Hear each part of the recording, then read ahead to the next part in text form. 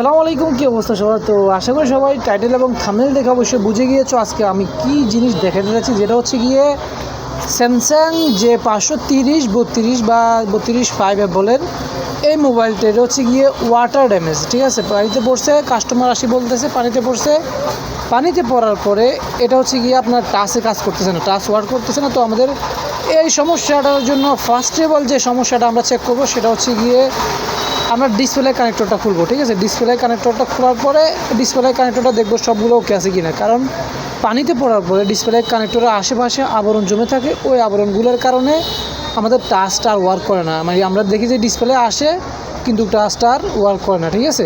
তো এই সমস্যাগুলোর কারণে আমরা আগে ডিসপ্লেটা কানেক্টরটা ওয়ার্কের জন্য এটা দেখবো। এই যে দেখো, আমি হচ্ছে কি এটা চেক অলরেডি করে ফেলছি, ঠিক করে ফেলছি, তারপর আপনাদের সাথে এটা শেয়ার করতেছি। এই ডিসপ্লে কানেক্টরটা হচ্ছে গিয়ে আমরা দাঁড়াও আমি ক্লিয়ারভাবে দেখাতেছি।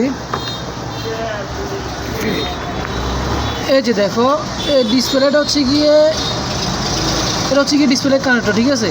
তো আমি দেখলাম এটা খোলার পরে এই যে কানেক্টর যেটা আছে, এই যে কানেক্টর যেটা আছে এটা, এই কানেক্টরটার পাশে পুরো মানে রেবন জমে গেছে, মানে কাজটা দেখতে যাই হোক পানিতে পড়ার পরে এগুলো জমে যায়, এগুলো জমেছিল অনেকগুলো। তো আমি এগুলো ওয়াশ করলাম, ঠিক আছে? ওয়াশ করার পর চেক করে দেখলাম যে কাজটা সলভ হয়ে গেছে সহজভাবে, নর্মালিভাবে সলভ হয়ে গেছে, ঠিক আছে?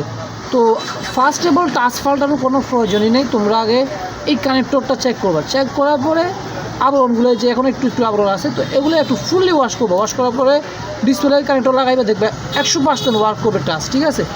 আশা করি অবশ্যই বুঝে গিয়েছো। তো এই জিনিসটা শেয়ার করার জন্য তোমাদেরকে ভিডিওটা দিলাম। তো আশা করি বুঝে গিয়েছো। তো আজকে ভিডিওটা এ পর্যন্তই। যদি ভালো লাগে থাকে অবশ্যই সাবস্ক্রাইব করবা, ভিডিওতে একটা লাইক করবা, কমেন্ট করবা আর একটু ভালোবাসা দিবা। ওকে, ধন্যবাদ। খোদা হাফেজ। আল্লাহ হাফেজ।